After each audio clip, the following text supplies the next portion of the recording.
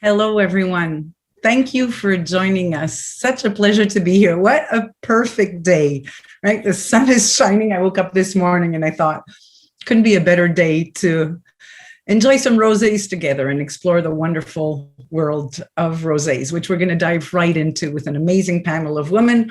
But first, a few details about the session and how we'll be running this, and if you have any questions, and who our wonderful panel is. I'm Véronique Rivest. I'm wine drinker, professional wine drinker. I'm a sommelier by trade and by passion, and own Soif wine bar in Garton, Quebec, and was crazy enough to dive into the world of competing. But we'll see, everybody here on this panel are people that are, we all love learning and we're all pursuing further education in some way or another. But I dove into the world of competitions and was Best Sommelier of Canada, Best Sommelier of the Americas, and second best sommelier in the world in 2013. But that's enough about me. We will have an hour and a half approximately together to taste some rosés, talk about them, discuss the whole trend, the whole category, the different styles, how they're made, how we can sell them, serve them, wine and food matching, everything we love to talk about when sommeliers get together and talk about wine. So about 90 minutes, we'll have about a 1 hour presentation. For those of you who have the wines to taste along, I hope that those of you that don't have the wines did grab a bottle of rosé.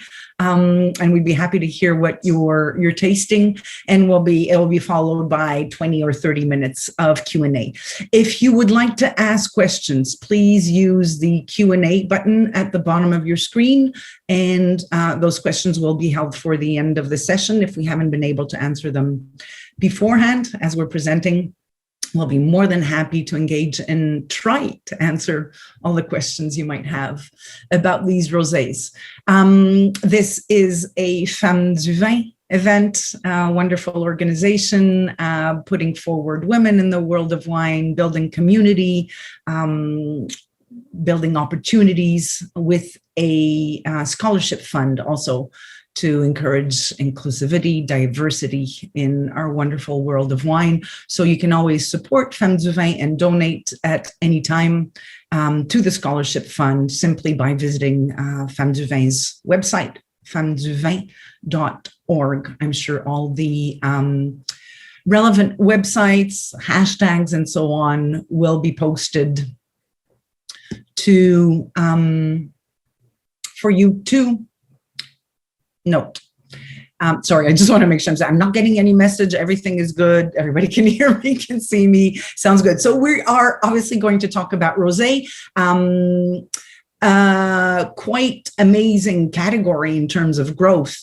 I think it was in 2007 or 2008, rosé took over white wine sales in France. So it became the #2 category after reds. More rosés being sold, and that tendency has stayed there, than whites. And it's not a momentarily trend. It's really something we've been seeing over the last 10, 15 years. Rosés have been around for quite a long time, obviously, but we'll talk about why they've become so popular, the change of attitude of consumers towards rosés, and we have a lot to do with that as sommeliers, as wine professionals, right? Helping people understand. I often say there's good and there's bad everywhere. In very prestigious wines like champagne, as in everyday wines, in white, in red, in rosé, there is good and bad everywhere. We have, a lot of people still have this kind of preconceived notion of rosé. Some will even say, it's not really wine, right? Or in French, we say vin piscine. It's a pool wine. It's just meant to be had, on a hot summer day by the pool. Hopefully we'll break a lot of those myths. I'm sure most of you here know that those aren't true, but that's really what we want to explore, all the different styles out there, the different winemaking styles, the different grape varieties used, where are rosés made in the world, what are the relevance, and obviously wine and food matching. I cannot do anything like this without diving into wine and food matching, and you should see my setup, but for the last 2 hours, I've been pulling out all kinds of food to try with the wines. This is why we love what we do.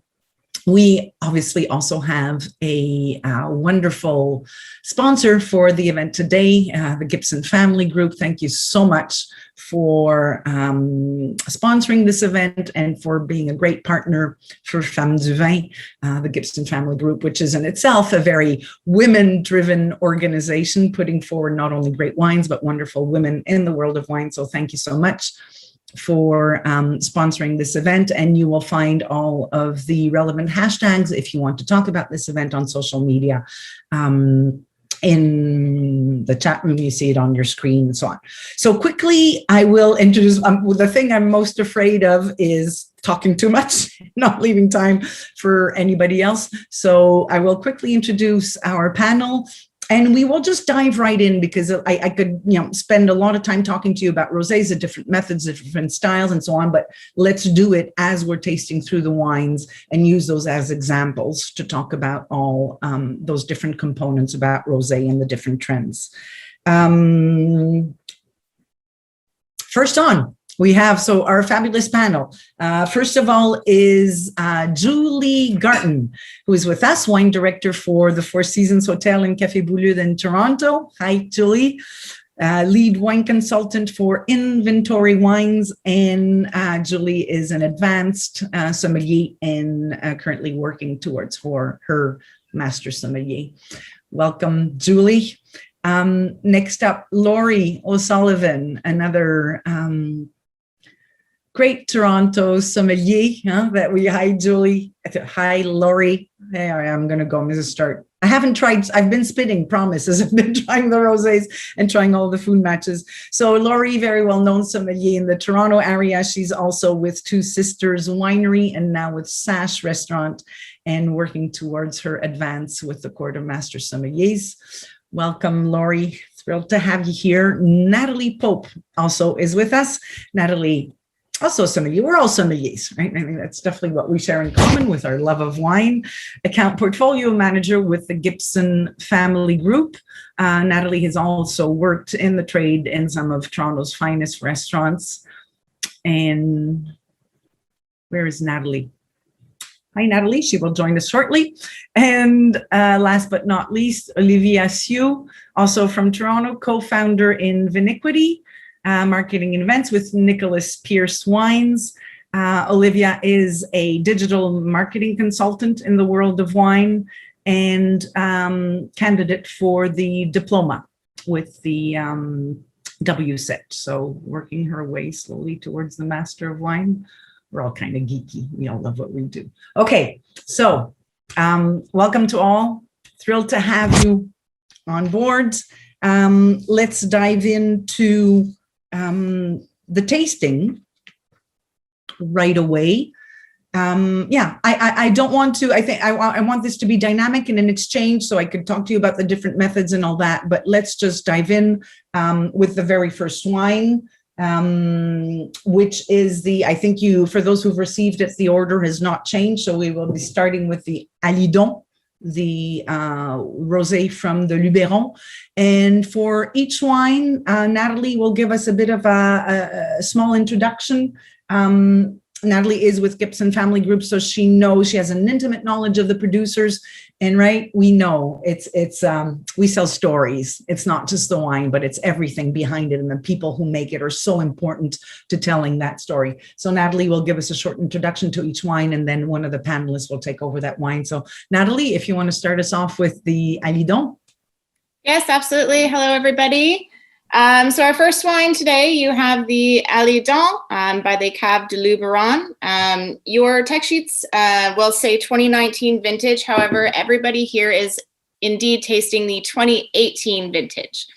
We're going to use this as actually an awesome opportunity to talk about aging of rosé.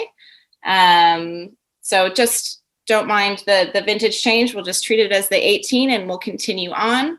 The Cave de Luberon is a small cooperative in Provence. It is home to 140 producers. The maker of this wine is Vincent Andre, who is the chief enologist and director of the cave. It is vegan, organically farmed, really kind of fun and easygoing rosé. meant to be drunk young. So our next vintage that will be released will be the 2020. And will definitely show different than this wine. So we will discuss a little bit about that. Back to Véronique. Thank you so much, Natalie. I love the fact that we have a co-op in here. We tend to, we see that a lot in our industry, right? The glorification of the small and the tiny and the obscure. I'm a huge fan of wines made as naturally as possible, but I hate those kind of amalgamations, those kind of generalizations. There are very small vintners that don't work well at all, and there are very big ones that work extremely well. And I just love the idea of cooperatives, right? They've had a hard life in the last part of last century. A lot of them have closed down, but the principle behind it is of cooperation, of collaboration, of bringing people together to become better as a whole. I totally embrace, and some are absolutely amazing today. There are a few in Provence, like the Cave de Luberon, but there's some, right? La Chablisienne in Chablis or Produttori del Barbaresco, just to mention though, just to be aware that, right, we have to stop, make those kind of excuse me, but stupid generalizations because it's bigger, because it's a co-op. It's not good, not true at all. So we're starting off kind of with the almost, I was going to say the birthplace of Rosé. Hard to say where the exact birthplace is, but there is definitely a very strong link between Rosé and Provence. When you look at, again, for those who have the samples, when you look at the bottles, right from the first start, just looking at them against a white background, right? The difference in color. There's not, I told you earlier, there's good and there's bad everywhere. There's not just one kind of rosé either. We tend to kind of reduce it to a very simplistic definition of pink colored, simple wine, right? The difference in color here is quite striking, from barely tinted, as is this one, to much darker rosés. So this is typical of Provençal rosés, or rosés made elsewhere in the world in the Provençal style, right? That very, very, very pale color. But that's also something, the wines on Côte de Provence, that appellation, Luberon, is still part of the Provence region, but administratively belongs to the Rhone vineyards, right? But we are definitely in Provençal land, where there's that, famous garrigue, the Provençal scrub with thyme and rosemary and lavender everywhere. And it really infuses the wine with that character. To me, these wines are not wines that are fruit forward. They are not fruit driven wines. These are definitely much more textural wines. Well-made Provence rosés, to me, are much more about texture than they are about aromatics. And that's also what makes them really, really, really interesting at the table. So I think everybody has the technical sheet for this wine. We're on a blend of traditional Southern French varietals, right? Grenache is a majority. With a little bit of Syrah, a little bit of Clairette. Clairette is always hugely sought after in the Southern Rhone and Provence appellations for its great acidity. Clairette, right? Even used in Châteauneuf-du-Pape red blends to bring that kind of freshness and high-toned aromatics. So this is super pale, right? It's more of a peach color. It's not even, call it peach or salmon, but extremely pale and very definite, an association we make with Provence rosés.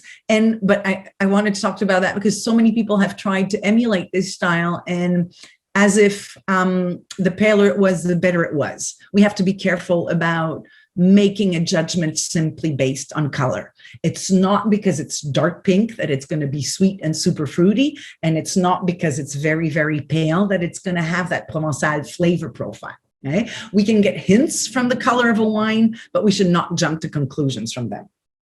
Okay? The wine, Natalie said, so they are, the 2019 is what's coming out now, and this is really meant to be enjoyed more in its youth, with more freshness to it. But I think it's really interesting to try a wine that has a bit of bottle age. to talk about how rosés can age or not, because that's another, along with the poolside drink, the notion that rosés cannot age. I actually find a certain interest to this. Yes, a bit of the freshness has been lost and more of the fruit expression, but all of that textural quality on the palate is still there. Right? They're, to me, wines that are a bit more broad rather than lifted. Right? And they have a fabulous capacity to go with food. Think about, right, all of the Provençal cooking, Mediterranean cooking, but in wines, we usually, right, steer away from generalizations about matching colors, like white goes with white and red goes with red, right? We've gone way beyond that. But in rosé, I think it's still one category of wine where it really, really, really stands true. Pink foods go really well with rosé wines. I'm talking about pink foods. I'm talking about salmon and trout and shrimps, but tomatoes, right? And definitely in this case, these kind of, maybe not a fresh tomato. I want more a confit tomato. I want a tarte aux tomates, like a tomato pie, right? Where the tomatoes are less acid, but more sweet. And that's where this kind of broader, weightier texture on the palate makes a fabulous match for these kind of wines. I don't know if this is all made from organically grown fruit. So once again, right, that link to cooperatives, not necessarily being about big in volume and low quality, not at all. More and more cooperatives are working organically. This rosé is made entirely from organically grown fruit. Alcohol is also usually a bit higher, right? We tend to be in the 13 to 13.5, but again, it puts emphasis on that weight and that capacity to go work at the table. And what I really like in them, and to me, which also adds to their food friendliness, are the light, they're not about acidity. They're not the rosés with the highest acidities. Again, more about breadth, right? About weight on the palate, but the fresh, they're not lacking in freshness. What makes up for acidity and the freshness factor is bitterness. And they often have these very light notions of, kind of zesty citrus skin bitterness, sometimes almost like vermouth-like remindful, right? But there's that notion of, again, that brings a little bit of grit and that little bit of astringence that to me is really, really, really cool at the table. These are not, for me, poolside rosés. Of course, you could drink them. They're still fun. You have them probably slightly more chilled if I were to serve it as, but otherwise I want to serve at higher temperatures. Mine is probably at about 12 degrees right now. And that's really where I like it to have it with food. I'm sorry, I probably talk way too much about that. I should be watching time more closely. But again, we can be going back and forth. Ask your questions, put in your comments about what we're talking about, and we can definitely come back to them.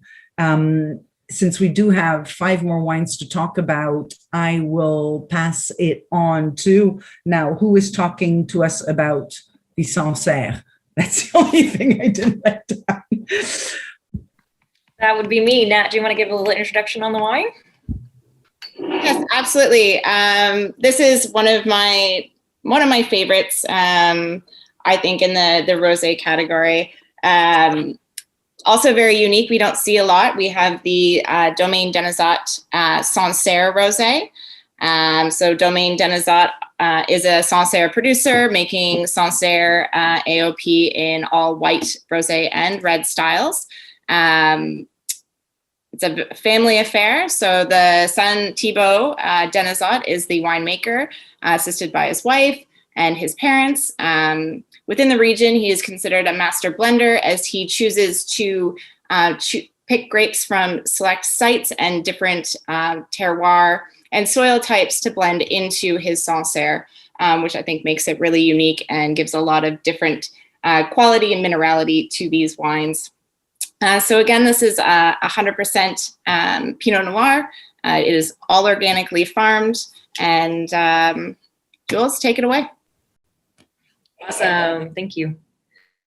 I have to say as well, this is my first time tasting Domaine Denisot as well. And when you drop the samples off, I have to say I was really mind blown. I've always been a big fan of rosés from the Sancerre region, 100% Pinot Noir based. And I think what I was reading up about the producers, they are organic as well. About 25% of their production goes to Pinot Noir. But just really beautiful concentration on this wine. I think, again, it has a little bit of those savory notes that we can say we get a lot off of a lot of wines coming from Provence as well. I found on this, you have really nice, beautiful kind of tart red fruit, a little bit of light strawberry notes and citrus. But to me on the palate, there was a real concentration and a really kind of light, savory, kind of fine herb note to the wine. And it had a pretty good length. So to me, you know, you could enjoy this on its own, absolutely. But these category wines, they're really wonderful with incorporating into food. I think there's a lot you can do with this style of wine. You can still kind of put it with those lighter fish dishes, but this wine had a little bit more weight. It has some texture. It had some structure. So going into things like charcuterie would be wonderful. I even like to go as far as doing like steak tartare with a little bit of rosé. Can be a nice match as well. But yeah, I don't know what anyone who's drinking this thought, but I've tasted a lot of Sancerre rosés. It's always worked well for me on wine programs. But I just thought this was a really wonderful example of the region and the style of wine.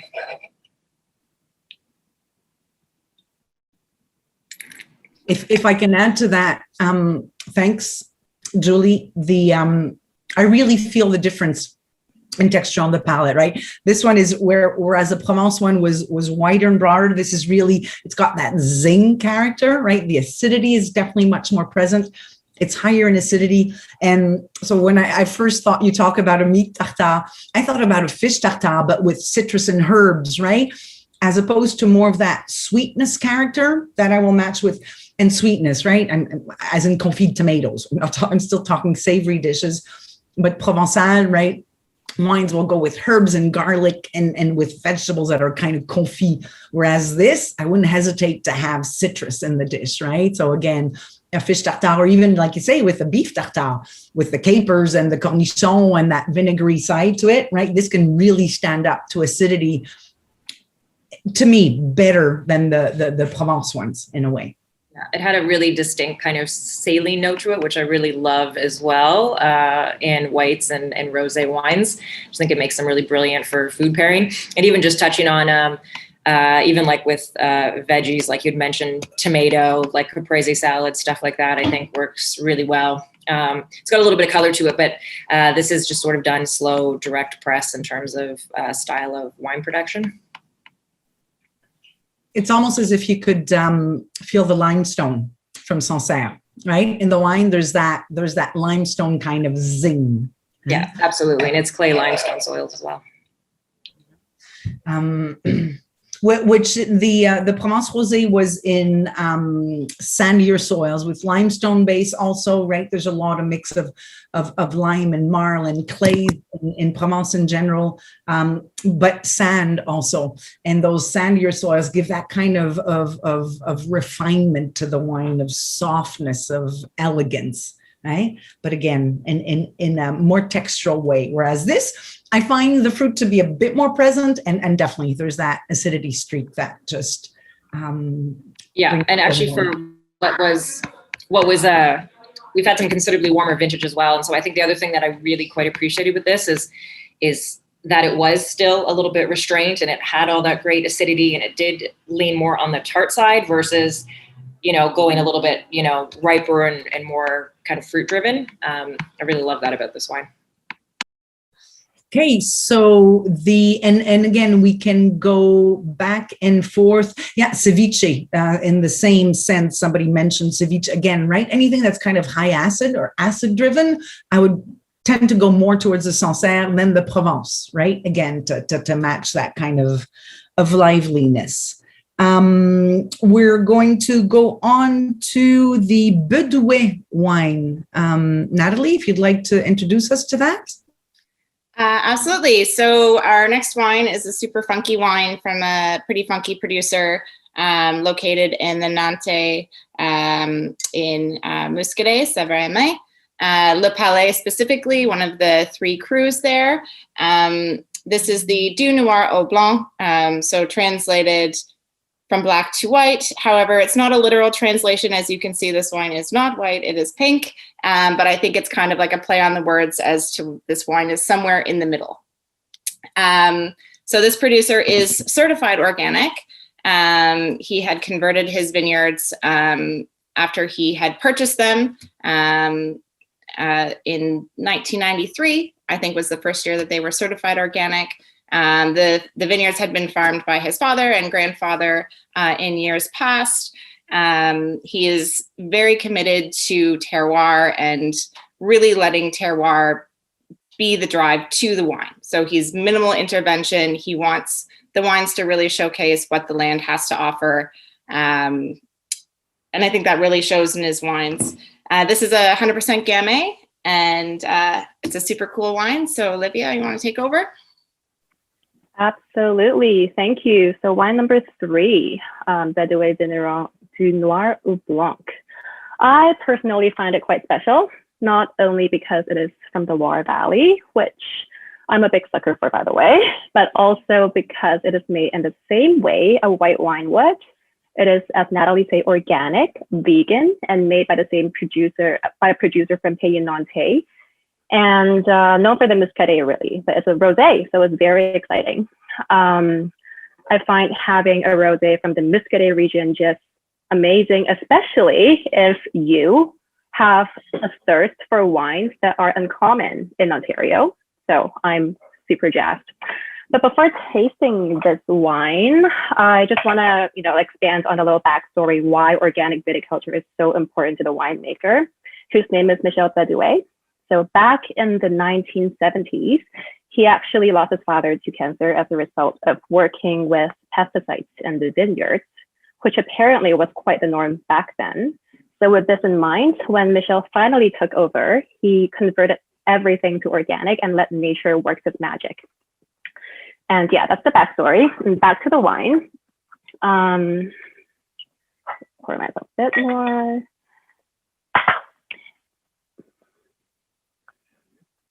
So at first, just by looking at it, it has this beautiful and radiating coral hue. It got this like fresh and fluffy vibe to me that makes you almost want to jump into it, like you would jump into a pool on a hot sunny day. Anyway, so I feel extra stylish just by holding it and swirling it. And on the nose, I almost got this, does anyone know those dried or dehydrated strawberries you would get in your breakfast cereal like sometimes? So that's powdered dehydrated strawberries. I also got notes of white pepper, some ginger, and even some fresh cream. So it's pretty much like breakfast. It also got this slaty and mineral-y notes to me. So I think it's very elusive. And on the palate,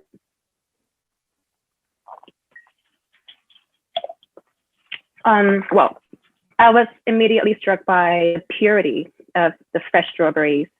It certainly reminds me of, well, a strawberry shortcake with creme fraiche, some apricots, ginger, and it's very mineral-y and it's super dreamy.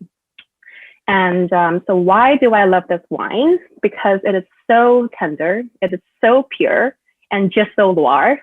It feels like a Gamay dressed in a Muscadet Surly outfit. It is also super textural, very elusive. It is very beautiful. So it's perfect for patio sets, such as today. So for a food pairing, well, my reasoning is probably not as good as all these rock star somms on the panel. So ladies, feel free to jump in and correct me. But anyway, I would eat this with so many different types of food, serving it rather chilled, but not too chilled to hide its beautiful leafy character. So 9 to 10 degrees Celsius, maybe just the perfect spot to me. And very recently, like super recently, I had a very successful pairing with the spring pea ricotta ravioli cooked in a very generous amount of butter, some lemon mint, some pecorino, and well, my reasoning is that the spring pea and the ricotta, it kind of tango with this beautiful structure of the wine, and the lemon mint, kind of that acidity would provide some uplifting effects, while the salty pecorino would really make the fruit shine through. Well, I also am fairly confident that this would go well with dim sum or any brunch. Well, you know, there's only one way to find out. So I'm going to try that with dim sum next time. Anything to add on how you feel about the wine? I don't know about everybody else, but I'm really starting to get hungry. Thanks, Olivia, for that. Lots of really great suggestions. I love I put my nose into this, and it is Gamay, right? It's just, it bursts with those really forward, just as much as the Provence wine was not fruit forward, this is definitely fruit forward, but in the best way. I love Gamay because it can have that really almost candied, right? There's sour red fruit and sweet red, but there's almost that, in French, I call it jujube. I think you say jujubes also in English, right? Like raspberry jujubes, you know, those little candies that look like raspberries, but they're, Gamay has that kind of, but yet it's super dry, right? And I love it. It has that you mentioned the fat tender. I love that. It's that juiciness. It's that soft, ripe fruit, tender like the right. You get all that yumminess of ripe fruit, but it's super dry. And this is Muscadet land. There's that zing of salinity, right? It's just, you almost feel the seaside, right? There is a little bit of, it's not downright saline, but there is a bit of that. And to me, that really kind of pulls on the finish, makes just like acidity can make a finish, kind of draws out the finish. That really, really light impression of salinity also does the same thing, and just makes your mouth water. It makes you want to eat and drink more. 12% alcohol, right? So super easy. This to me is very versatile. Like, yes, it can be your patio or pool sipping wine, but also very food friendly because of that light salinity, the great acidity to it. I had it with fried duck gizzards, and in the spirit of Gamay and you know, bistro food kind of, and it was glorious. The Loire has a huge culture of tradition of making rosé. Probably one of the largest rosé producers in France, after Provence, of course. And a lot of them tend to be in the lower end, sweet wines, right? Cabernet d'Anjou and rosés like that have some sweetness, that are really low. But, you know, from the Pinot Noir based rosés from the central vineyards around Sancerre and so on, all the way to this and the Muscadet, there's a lot of amazing rosés being made, but it's really a big production. And pay attention to appellations. Certain appellations will definitely give you an indication as to, there's still quite a lot of rosés in the Loire made with higher sugar, residual sugar contents. So just something to be aware of. Anything else, Olivia? We're all good? Moving. Yeah, like, I mean, there's one thing about this wine. It's being it from the Muscadet area, the bedrock is just, you know, it's like more nice and shift, almost like what they have in Beaujolais. So there is a reason why Gamay is so charming, and also it's hard to really know where it's from because it's a vin de France, but like knowing what producer it's from and having an idea, it's probably, you know, from the very seaside, and knowing that really helps purchasing the right rosé that can float your boat. So I'm very excited about this wine. Cool. Next wine, and again, we can always come back. Gamay, yes, we all love Gamay. And temperatures, huh? We didn't talk about temperatures, but see, for example, that one, I like a little bit more chill than the Provence one. Once again, I mean, alcohol content is a good kind of starting point for your service temperatures. If your rosé is 11 or 12%, it's probably better at a slightly cooler temperature than if it's 13, 13 and a half. And there are rosés at 14 and 14 and a half also. We're really getting into table wine rosés, right? Rosé de gastronomie. But so temperature will change a lot. To me, the Provençal one is almost mute when it's served too cold, right? Because to have that textural quality express itself, it needs a bit of more heat to it. Those that are more fruit forward, then a little bit more chilled, right? And those that have higher acidity. But temperature, it's just so cool to sit around with your glass of rosé and watch it as it warms up, and how expression changes with temperature, and how the food matching possibilities will change also based on temperature. The next one, now we're leaving the old continent and moving on to South Africa. Natalie, do you want to get us going on this? Yes, absolutely. So we're moving on to Botanica's Big Flower Rosé. Super interesting, super tasty wine, especially if you love Cab Franc. This is also one of our 2 Femme de Vin wineries of the day. So Ginny Poval is the proprietor, winemaker. She's a Boston native, spent most of her career in New York City, and said, I want to get out and make wine and live in the beautiful country of South Africa. And she bought a Protea farm. So it was filled with flowers. She planted her first vineyards in 2009 in Stellenbosch. And she makes really, really awesome wines. She farms all organically. She's really into regenerative agriculture. So really helps increase biodiversity in the soil, also helps with water retention. And in a place like Stellenbosch in South Africa, that's really, really important.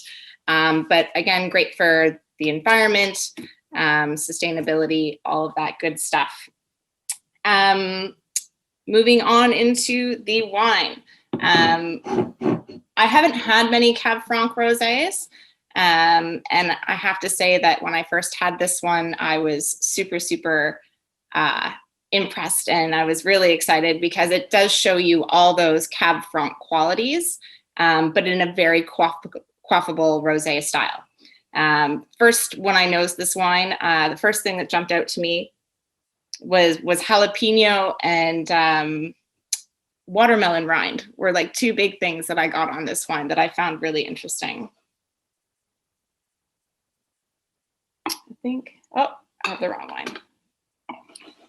It's like, I'm not getting them now, but I picked up the wrong glass. Yeah, there we go. All right. So yeah, there's that pepperiness, that jalapeno, those really savory notes that we all love about Cab Franc. I mean, and I think this is an interesting wine to talk about too, in terms of food pairing, because it does have more of those savory qualities, but it's still a rosé. So I'm curious to hear what everybody has to say about pairing experiences that they might have had with this grape. I think this is a really good example of, now we're starting to get into structure. Natalie, you mentioned all those aromatics that are definitely Cabernet Franc linked, but there's also, and this is not necessarily because it's South Africa or because it's Cabernet Franc, although, right, I mean, you can get more tannin and more structure maybe out of Cab Franc than Gamay, but there are also choices. These are viticultural choices made by the winemakers. I've talked with a lot of winemakers about rosé making over the years, and one thing that was clear from all of them, if you're making serious rosé, and by that I don't mean $50 rosé or rosé that will age for 20 years, or if you want to make a rosé to make a good rosé, that's all I mean by serious, is it's not a secondary product of something else you're making. Everything is thought out from the beginning. Your vineyards are dedicated. Your parcels for making rosé are dedicated to rosé. It's not just, oh, well, you know, that year that whatever Cabernet Franc didn't ripen quite enough, so hey, let's just make a rosé. There are obviously situations like that when it arises, and that's all part of the tools that winemakers have to manage their fruit and their, but people who make rosé really seriously and passionately because they believe in the style and the place this wine owns, do it from the start. It's with dedicated parcels in the vineyards, dedicated grape varieties. The winemaking is thought out exactly to make the wine that you want, right? So sorry, just all of that to come back to this, which was for me is again, there's lots of freshness. It's pretty. I love Cab Franc, so I'm not, right? That's a question of if you like those slightly more vegetal notes, but again, to me, it adds so much interest than just fruit. Right? When we talk about complexity, we talk about aromatic complexity, but here there's a sense of structure. There's a weight, but there's also, I wouldn't say tannin, but there's that hint of bitterness, right? It's a very complete wine. It's not just pretty and light and fun. There's a serious structure to it. Yeah, absolutely. I don't know what else to say. I mean, you kind of just.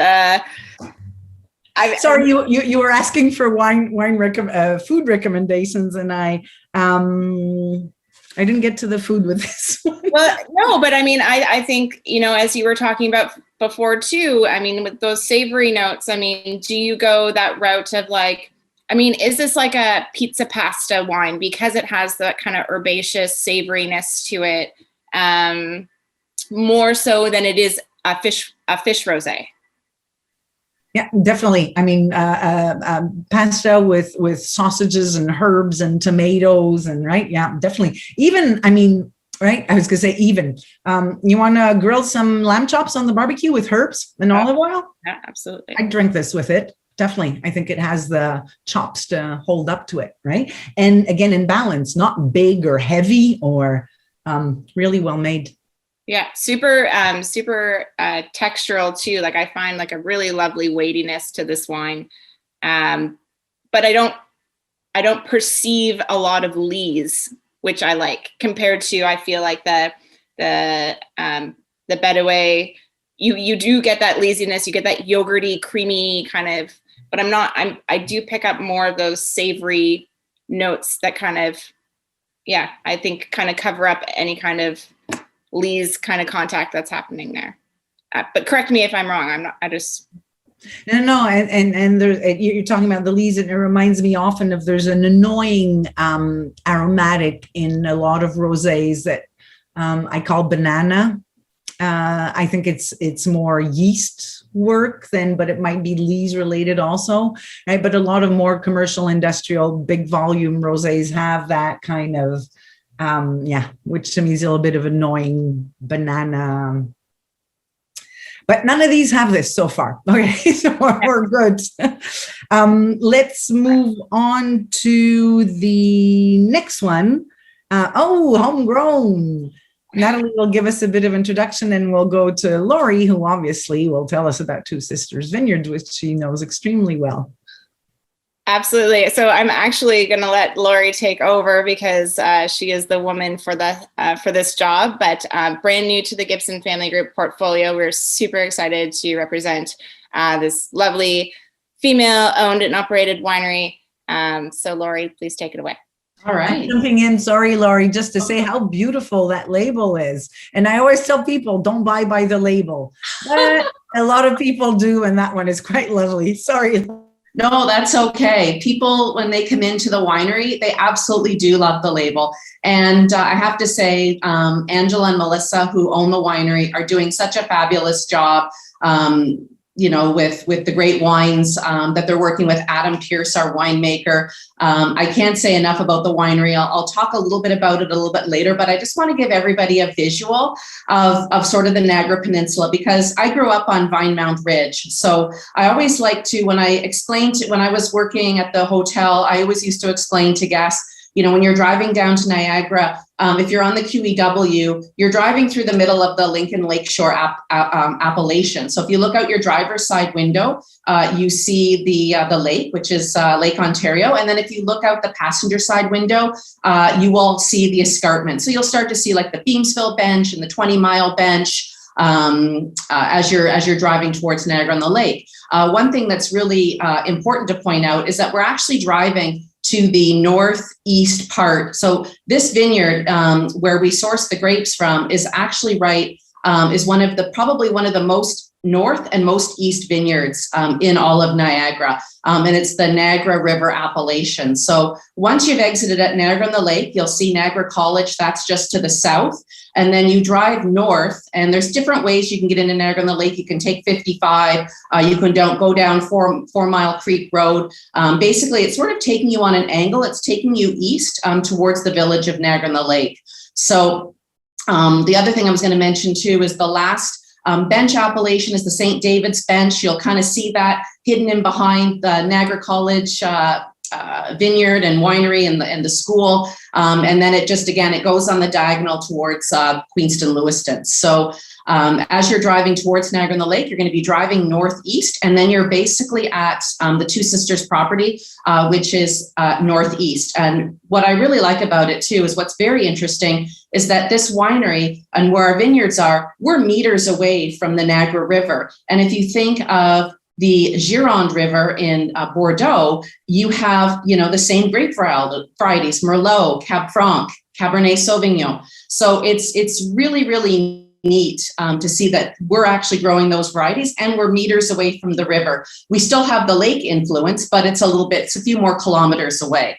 One thing I like to do is mention about the climate as well. Again, growing up on Vinemount Ridge, I'm south. So what would be interesting is that when I lived in Jordan as a kid, it could be like raining at the bottom of the escarpment. So I'd be at the bottom of the escarpment in the Lincoln Lakeshore appellation, and it's pouring rain. As I'm driving home up 19th Street, halfway up the hill, the rain might turn to sleet. And by the time I'm home on Vinemount Ridge, it could be like a full-on snowstorm. So it'd be interesting to see how the weather changes and how the lake really keeps things, cooler in the winter, warmer in the winter, cooler in the summer, and how the escarpment just, when you get to the top, it acts as that buffer. So once you're at the top, it's pretty much wide open. But back to the Niagara River appellation.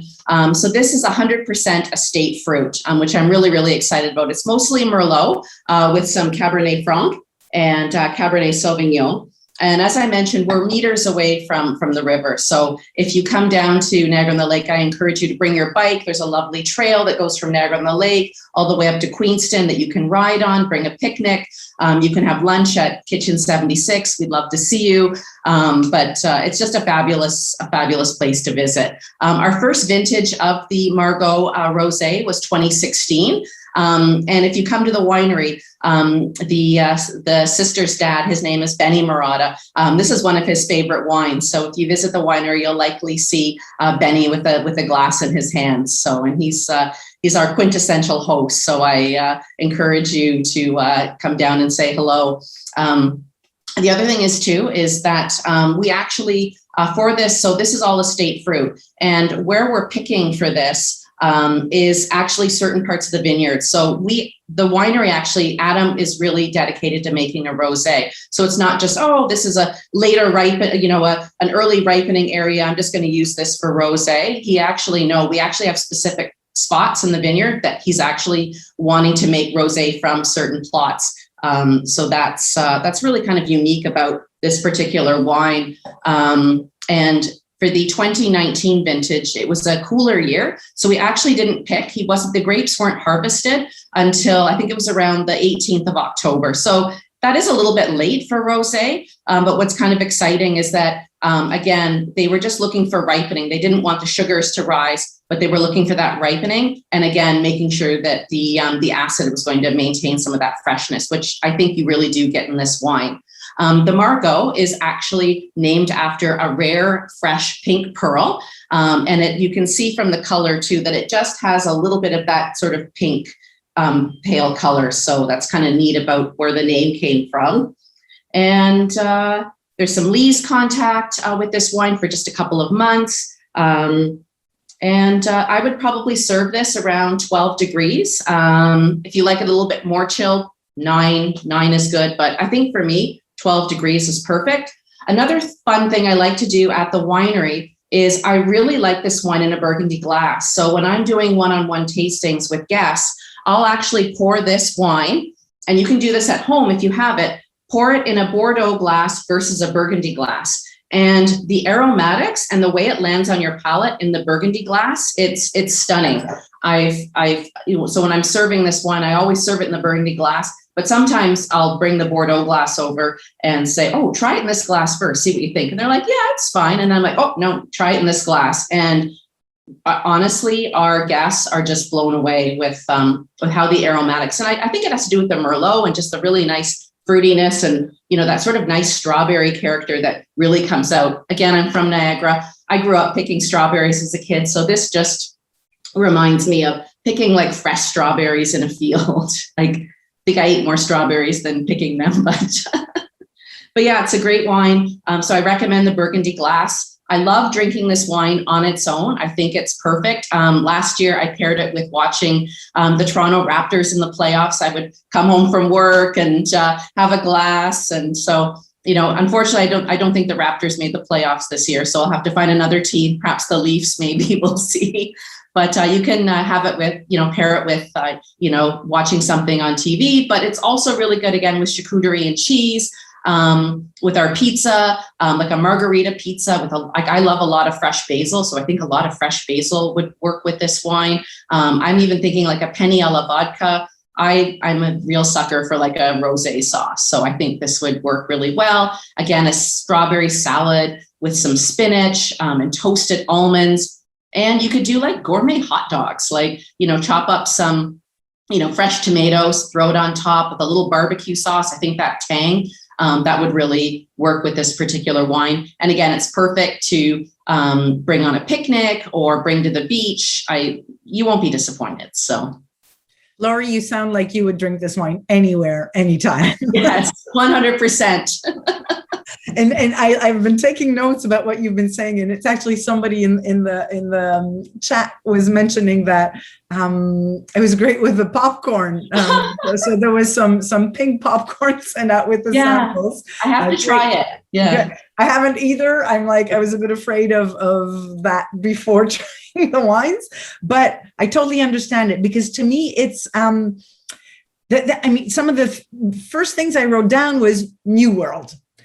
But in a very positive way. It just had that more assertive, upfront fruitiness to it. The wine is still fully dry, right? Mm-hmm. You have on your technical sheets, you have all of the residual sugars. They're all way below 4 grams of sugar, technically dry, but just that almost as if riper, sweeter. It was picked quite late, you said, right? Yes. So full aromatic development, and you really get that in this fruitiness.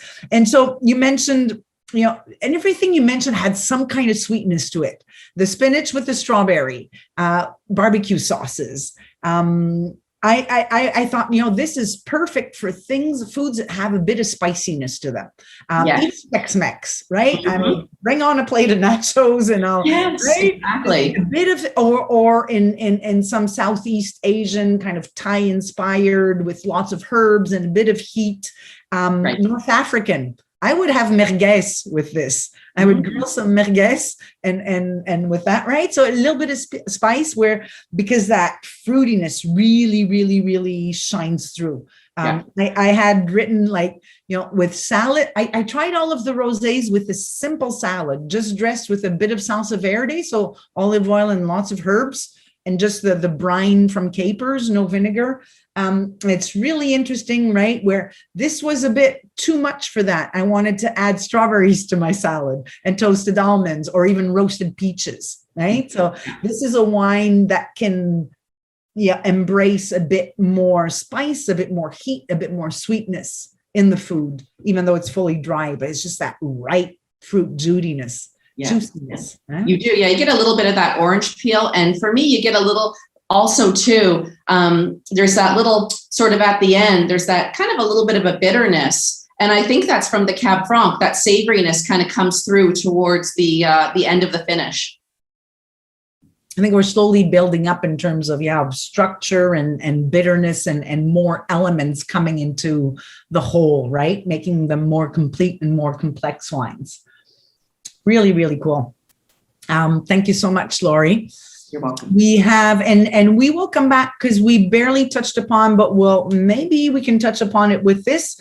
But I will come back definitely to different vinification methods grape varieties used, and so things that we didn't touch upon before the end. But let's go into our last wine. Natalie? Yeah, absolutely. Just actually, I wanted to just say a quick something in terms of the Margaux for still being dry, but it only has 2 grams more residual sugar than the rest of the wines, and how much of a difference that actually makes. It's I think that's pretty unique and a really good tip when you're looking at rosé wines and residual sugar. All right, moving on. So another super special wine in our portfolio. I wish I could be talking about this wine. Jules is going to talk about this wine. This has been a favorite producer of mine for a while now, and I'm so happy that they are part of Gibson Family Group. This is Domaine Lucie and Jacob, located in the Côte de Beaune, very famous for their Savigny Le Beaune. They do have holdings in Chambord-Moussigny, Gevrey-Chambertin, and some numerous Premier Crus. This is a really special wine because it is 100% Saignée juice. So Jean-Michel, who is the winemaker and artist, he makes a lot of art out of old wine barrels that are all around the winery, which is super cool. But originally, this was just his free run juice from all of his red wines that he makes. So there could be a little Chambord in here, there could be a little Gevrey-Chambertin. But he originally used this juice to clean out his barrels for the next vintage. And I assume he discovered that it was pretty tasty juice, so he decided to start bottling it. So now we have this wonderful Saignée 100% Pinot Noir Burgundy Rosé. And just the color is absolutely stunning. I love Saignée and Champagne and still rosé. So Jules, do you want to take it away? Did you leave anything for me, Natalie? I'm just kidding. Yeah, anyway, so that's great. You kind of went through a little bit about the winemaking process and the vinification methods. I read it's about 36 to 48 hours before they kind of bleed the wine off from the tank. Sustainable, vegan friendly as well in the vineyards. This is 100% destemmed fruit. And just on the nose, like I'm kind of excited because I get to talk about the 2 wines here that are both 100% Pinot Noir based. And just how strikingly different they are is very interesting as well to do a comparison. If you have some, I would say go back and forth a little bit with the 2 glasses. But the color alone, you can see that kind of little bit more depth of color, a little bit more sort of extraction to the fruit.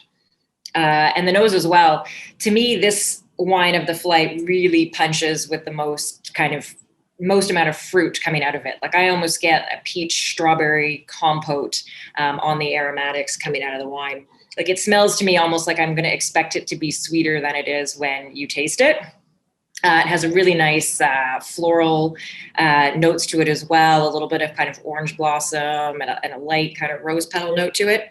It is vinified stainless steel. There's no oak or anything adding to the texture of the wine. But again, on the palate, and have a sip if you got the wine in front of you.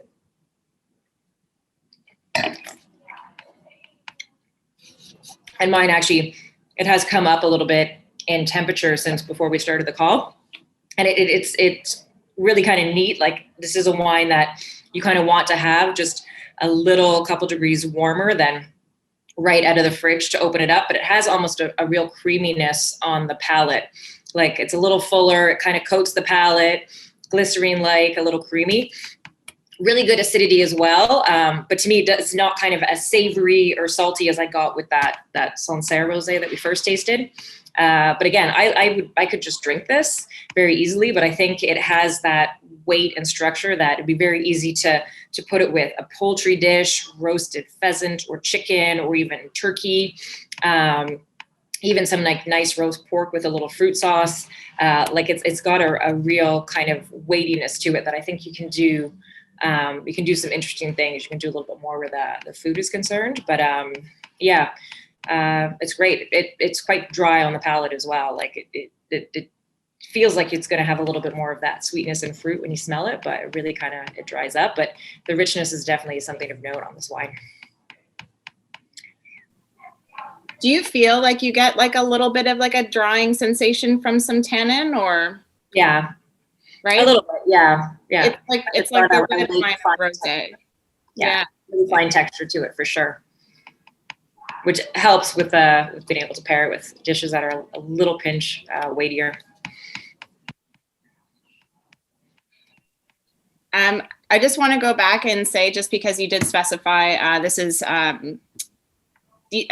destemmed fruit on the big flower, that is whole cluster. So again, contributing to that savoriness of the wine.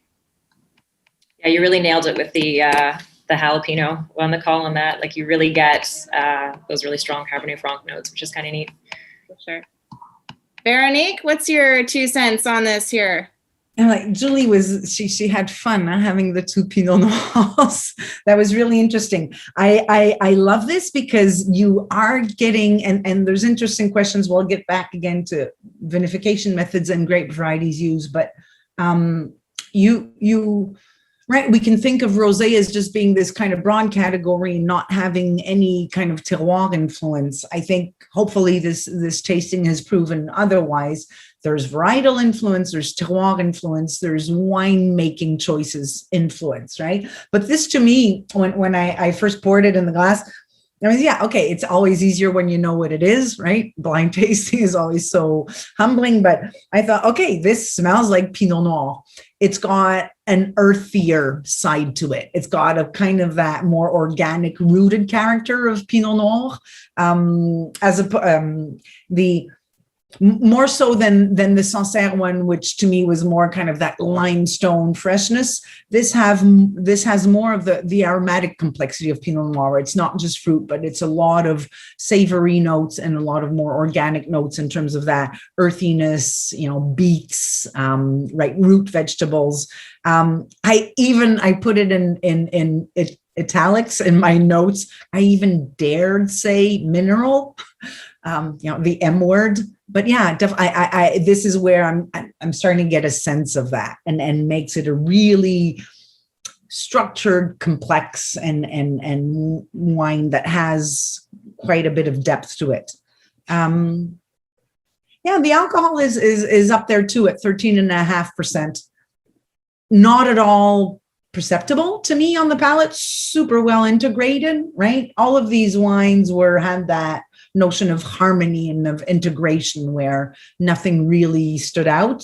But this is, and of course, you pour me a glass on a hot summer day, I'll be happy to drink it. But this is a wine I'd like to sit at the table with, even more so. Lorie really got me. I'm going to want to, I hope I have time this afternoon, but I'm going to want to retry them all in a Burgundy glass now.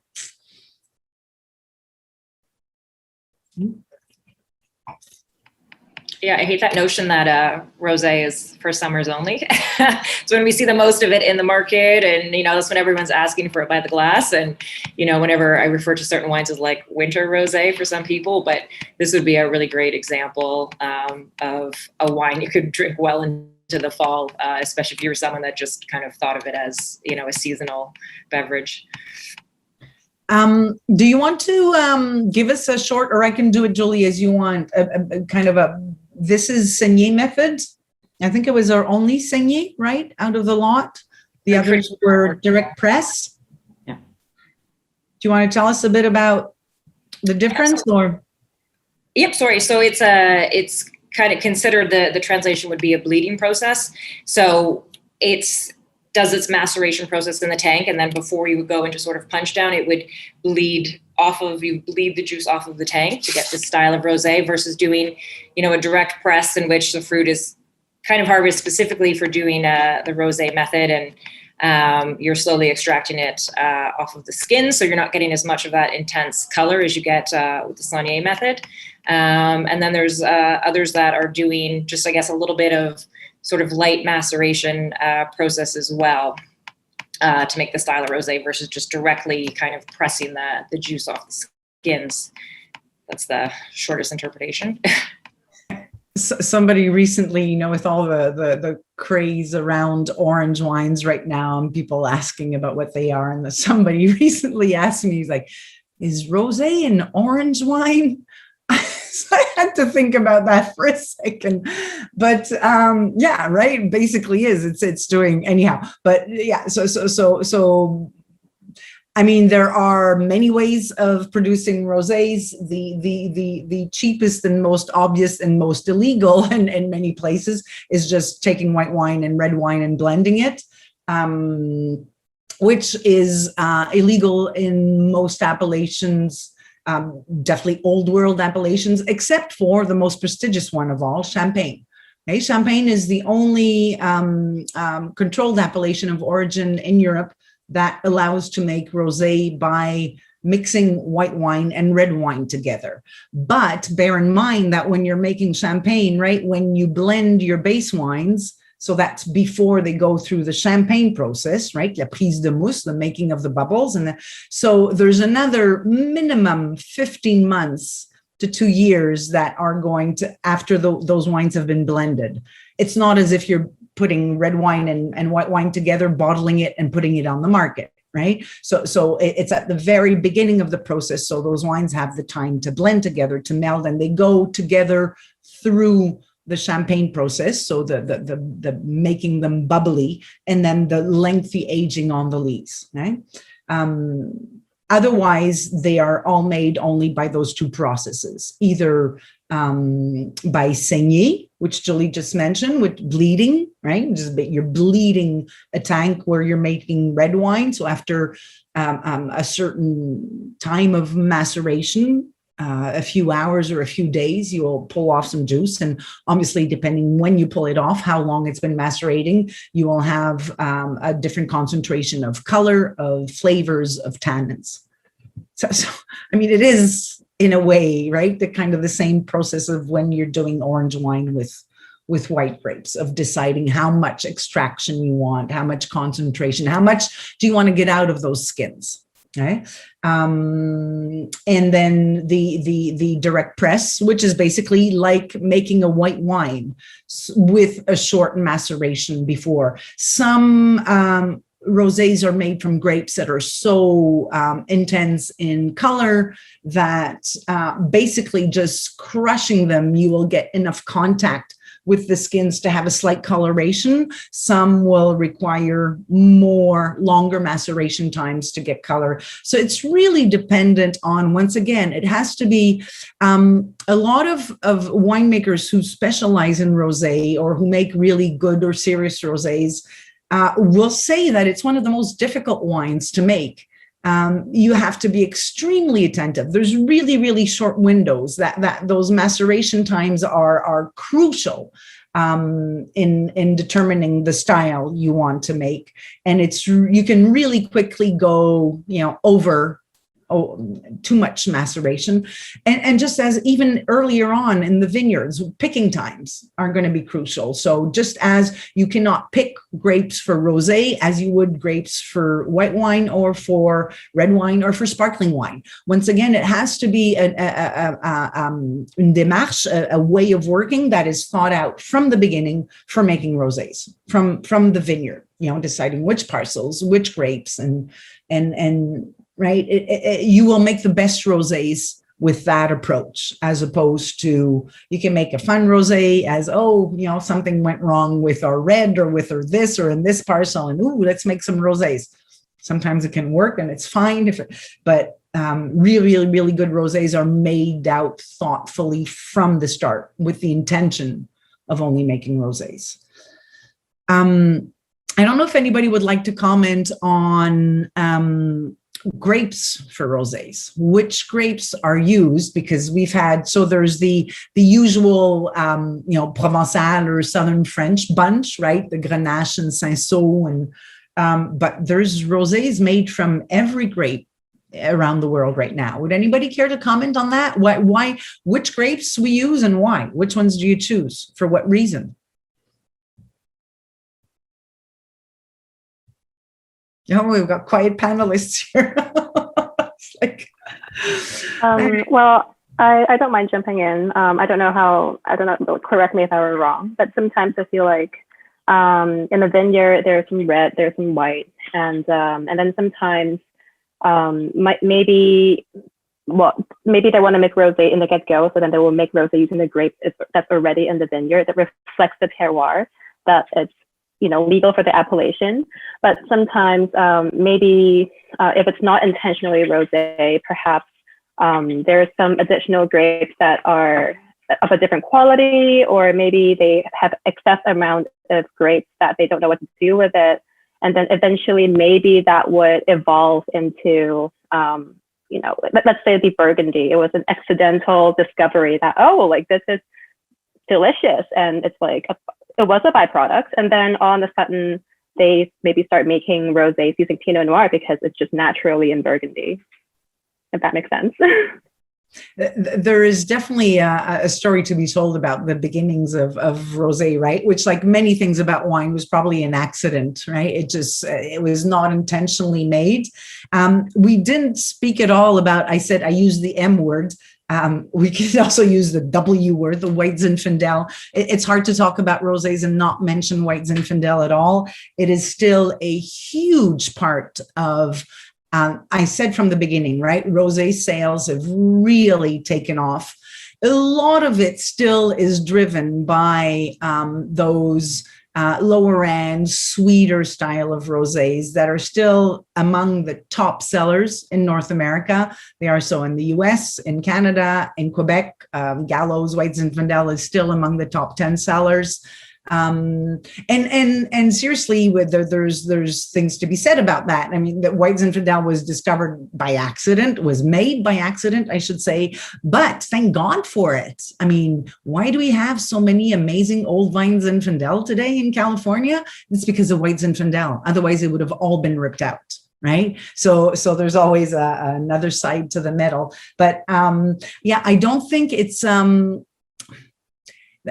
actually a good question. What would be the best grapes to you today? It seems like people all around the world are trying rosés because it's such a popular category and growing with many different grapes. And bring it on. I'm all for it. Yes, so there's the traditional grapes that were used for it, but we're seeing, I remember the first Cabernet Franc rosés that were made in Ontario. I thought they were so cool. They were so different from, I don't know if there's any grape that is more or less suited to making rosé. You obviously need some color to start with, but I think more important than that is the willingness or the vision of the winemaker to make a good rosé and to have that vision from the start in the vineyard. And again, not you can make a fun product if it's just kind of a byproduct of something else, but to make really good rosé more than the grape variety used. I think it's really the intention of the winemaker that is essential to making good rosé.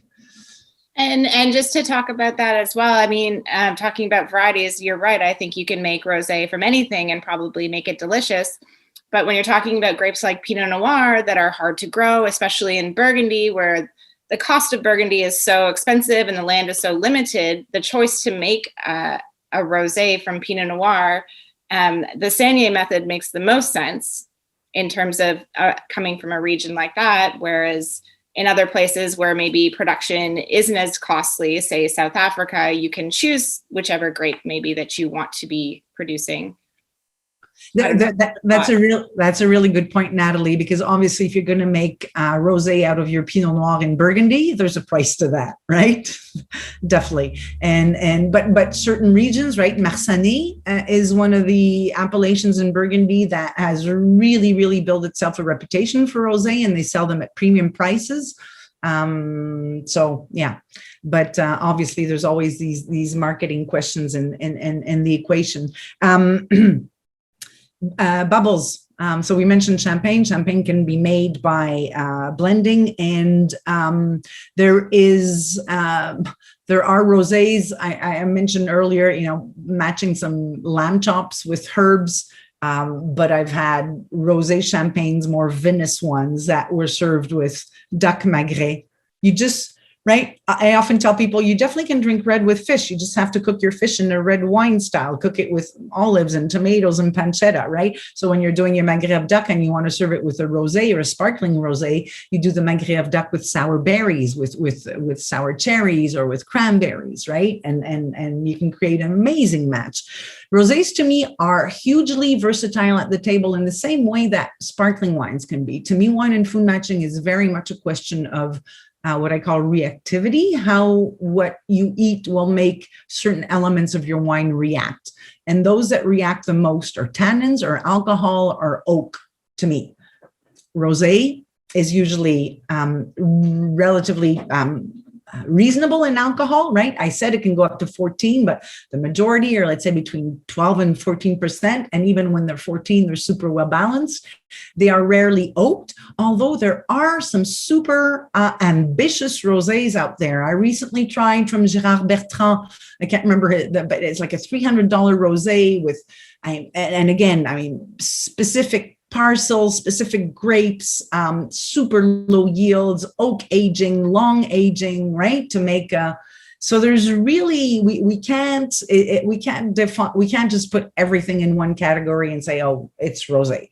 I'm going on and losing. So sparkling wine, we touched upon, somebody mentioned Prosecco. Yeah, pink Prosecco is a thing. I remember the first time somebody told me, oh, I've had pink Prosecco. Can you tell me where I can find it? I said, no, that's impossible. It doesn't exist. Yeah.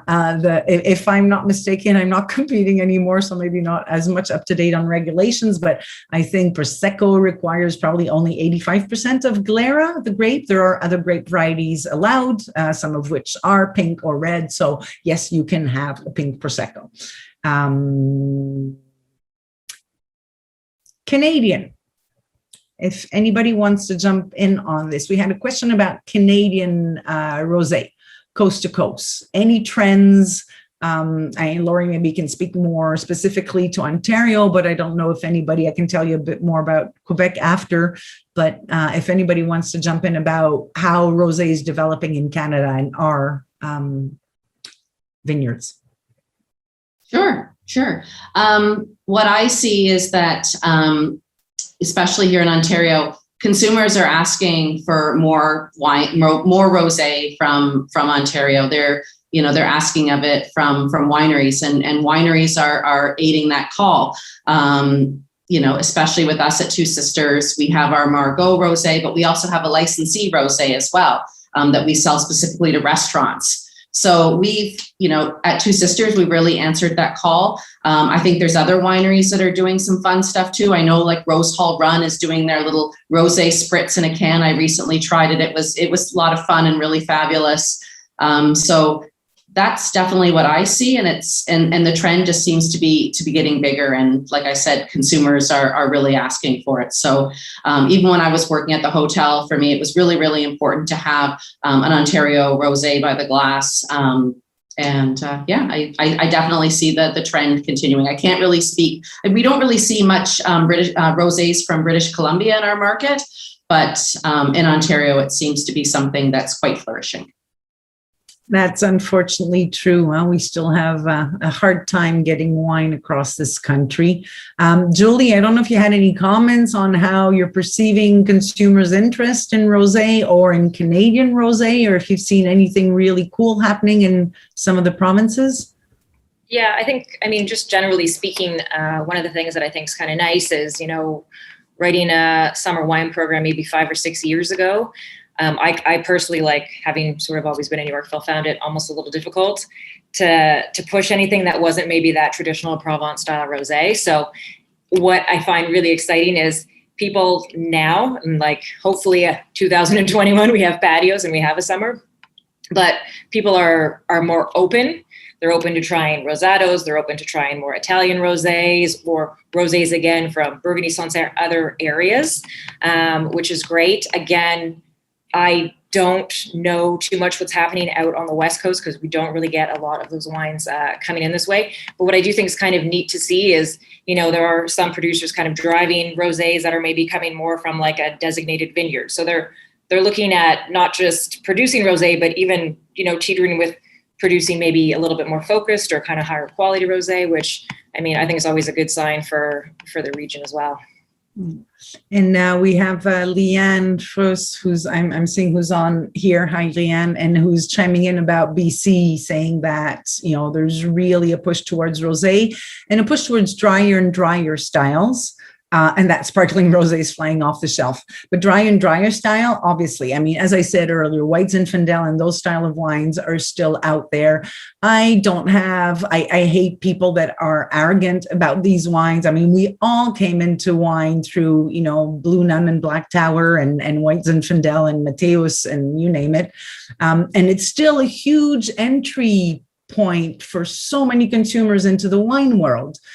So it drives me nuts when I hear professionals being arrogant about those wines or people who like them, because you're not helping our cause. You're turning people away from our industry. It's like, just like, bring them in. I mean, you like White Zinfandel, come on in. I'll have you try something and I'll take you somewhere slowly, right? But that should be our frame of mind. Pink bubbles, I totally agree. I think it's something that's taking off probably even, I don't know if there's a subcategory within the rosé category, but the bubbles are really, we were trying to find some pink bubbles to go with the menu for Mother's Day, and for a month it was impossible to find. There was just like no pink bubbles to be had. I don't know if it's Julie or Lorie mentioned cans. What about packaging for rosés? And our cans, which are definitely growing in popularity, and are they detrimental to the image of rosé? Are they not? Are they kind of contributing to keeping rosé in that category of, oh, it's something you throw in your backpack and you have at a picnic, but you won't have it with a fancy meal? Anybody want to speak to that? Sure, I'll speak to it. I don't know. To me, I think it's fun. I think it's, you know, if somebody is, they're going, you're right. If they're going on a hike on the Bruce Trail, or they're going to the beach, perhaps maybe it's easier to throw in some cans rather than a few bottles. Takes up less space in the cooler. But that particular consumer, if they want a really good rosé, they're still going to go out and buy a bottle. But whether or not, if they just like cans or if they're new to wine, this is again, it's like, you know, not being snobby to somebody that likes White Zinfandel or something else, or Mateus. It's the entry wine, and it gets people liking wine. And I always say to people, like I used to say to guests, it doesn't matter what's in my glass or your glass. It's the fact that we're both drinking wine, because wine can be so, you know, subjective and what people get out of it. So I think it's kind of just a fun thing. And again, it's good quality. Like I have a rosé in a can that I haven't tried it yet. It's from the States. It's called She Can Rosé. It's in my fridge. I can't wait to try it. But you know, kind of I was going to put it for Mother's Day because, you know, kind of like she can, you know. But I'm looking forward to trying it. But yeah, I think rosé is a fun thing, and you know how you want to drink it. It's your own personal choice. And you know, and there's so many great rosés out there. I can't say enough about, I've always loved rosé. And going back to bubbles, when I was at the hotel back in 2011, we were pouring the Cuvée Catherine from Henry of Pelham, the rosé sparkling. And for the whole time I was there, it was on by the glass in all three of the restaurants. And it seemed like every year the sales kept going up and up, because again, just something I saw from like the trends. So I just wanted to just comment on that. Yeah, no, I totally agree. I think the can thing is much more of a convenience thing, right? And just like so many people were opposed, and the French still are, they're always so far behind, to screw caps, right? There's still so much resistance in France to screw caps, whereas the whole world has gone over to them. I think it's about the same thing as we had with screw caps. We know today you can age wine in screw caps. You can have $100 bottle of wine in a screw cap. I think the same thing, well, applies to cans in a certain way, maybe not the ageability, but the fact that it's linked to lesser quality, right? There's really, you know, there's producers across Canada and the world who have bottled high quality wines in cans for all kinds of purposes, convenience, environmental issues, right? And so on. So definitely an interesting point. I don't know if anybody wanted to add anything else. The panelists, I have the curtains shut to block the sun coming in, and I'm like, oh, I just want to go finish these rosés outside on the patio, experiment with some food, get some burgundy glasses. I'm going to have to try that. Some of the followers said they had some Zalto glasses. So Lorie, you've encouraged everybody to play around with glasses. Definitely, as with all wines, play around with temperatures. Probably even more impactful on rosés than many other wines. Between straight out of the fridge and an hour in your glass, the difference is huge and changes a lot the capacity of the wine to go with different foods. We could go on for hours and hours. This was really fun. I hope everybody enjoyed the wines. Natalie, did you want to add something before I wrap up? Yeah, absolutely. So I hope everybody enjoyed the wines today. These are all part of Gibson Family Group's portfolio year-round. We are currently moving into the 2020 Alidon Rosé, which should be here very soon. We currently have good stock of the 2019 Sancerre Rosé, the Du Noir Au Blanc, and the Botanica Big Flower, as well as Margaux. The Lucy and Jacob is the only other one right now. We have limited supply of the 19, and the next vintage will be 2020, which should be coming here later, hopefully in by July. But again, that is probably one rosé that you can keep in your fridge, in your cellar, and on your list well into the holiday season. So definitely worth experimenting with aging. And once again, right, we don't all have the same palate. Not all of our guests or customers have the same palate. Rosé is not a simple, inexpensive, ordinary wine. It can be that, but it can be very good. It can be terroir sensitive. It can be terroir expressive. It's a great food wine, and it can even age in some cases. Right? A lot of great examples in Provence, some wines from Bandol, in Rioja, in Spain, right? Think of the wines of López de Heredia, the long, they only release their rosés when they're 10 years old or 7 or 8. So rosé is not, we can't just fit it in one category.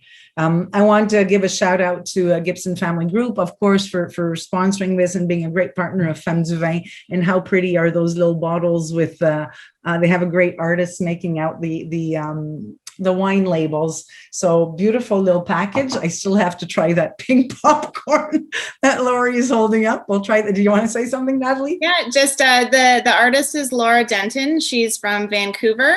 So another wonderful female artist and contributor to the Gibson Family Group by creating all of those lovely images of the wine bottles. She's also been known to do stuff for some serious designers such as Chanel, etc. So if you have a chance, check her out. But yeah, she is the one to thank for those beautiful images. Yeah, and a great package. And I'm a little bit jealous because I'm based in Quebec and we're not allowed to do that, to repackage wine in small bottles or pouches. So very jealous and just happy to be able to be part of it. Thank you to the amazing panel, Julie, Garton, Lorie O'Sullivan, Natalie Pope with Gibson, and Olivia Sue. Thank you so much for joining in, for sharing your love and for rosé with us. Just being there on such a beautiful day. Get out there, go finish your bottles outside. Grab a Zalto glass or a Burgundy glass and your favorite rosé and go drink it in a park, or make a meal around it. Okay, we got it. The popcorn, Lorie. I'm definitely going to be inspired by rosé to cook dinner tonight and by the sun. Thank you again so much to Gibson Family Group for sponsoring this, to Femmes du Vin, for all the work you do in promoting women in the industry and supporting women come forward in the industry and developing. And thank you all for joining us, for listening in. I hope you've enjoyed it. You got a little bit something out of it. We could go on for hours, but I have to put an end to this. Thank you so much to all. Have a great end of the day, a great week. What's today? It's almost the weekend. Great weekend. A fabulous summer filled with rosé wines.